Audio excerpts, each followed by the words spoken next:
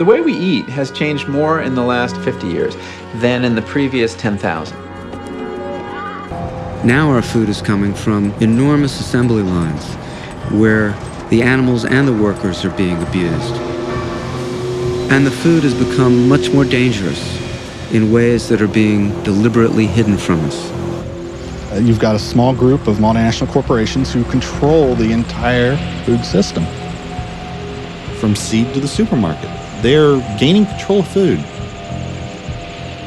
This isn't just about what we're eating. This is about what we're allowed to say, what we're allowed to know. It's not just our health that's at risk. The companies don't want farmers talking. They don't want this story told.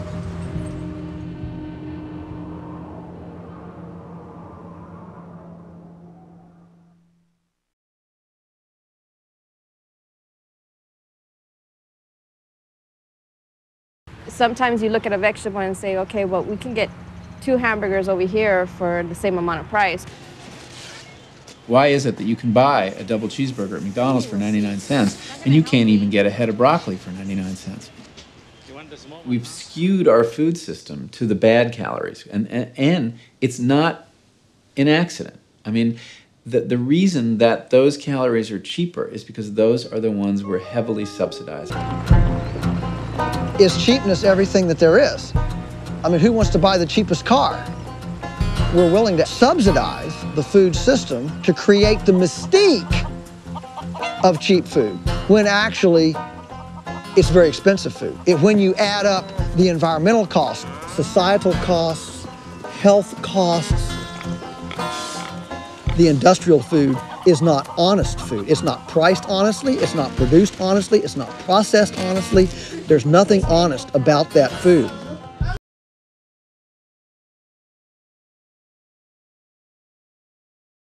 The meatpacking industry also recruited a new set of immigrants, illegal immigrants and recent immigrants from Mexico. Many of the illegal immigrants coming to America were corn farmers in Mexico. NAFTA led to a flooding of the Mexican market with cheap American corn.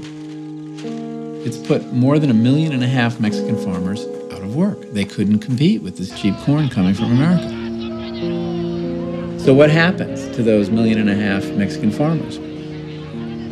Meat packers like IBP, National Beef, and Montford began actively recruiting in Mexico. Companies advertised on the radio and newspapers.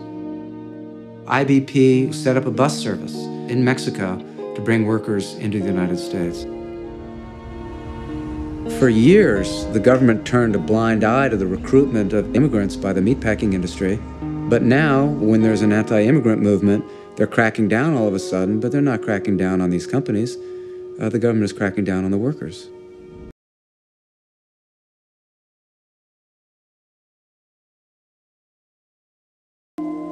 The idea that any corporation could own a food crop, is a very new idea. And it wasn't until the 1980s that the Supreme Court said you could patent life. And that opened the floodgates, efforts to patent the most valuable parts of life, which is to say, the crops on which we depend. Public plant breeding is a thing of the past. There virtually are no public seeds anymore.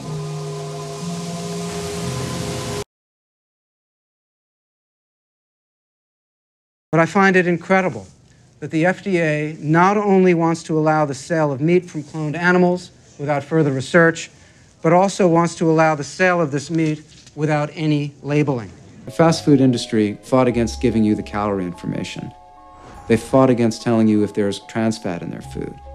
The meatpacking industry for years prevented country of origin labeling. They fought not to label genetically modified foods. And now 70% of the processed food in the supermarket has some genetically modified ingredient. I think it's one of the most important battles for consumers to fight is the right to know what's in their food and how it was grown.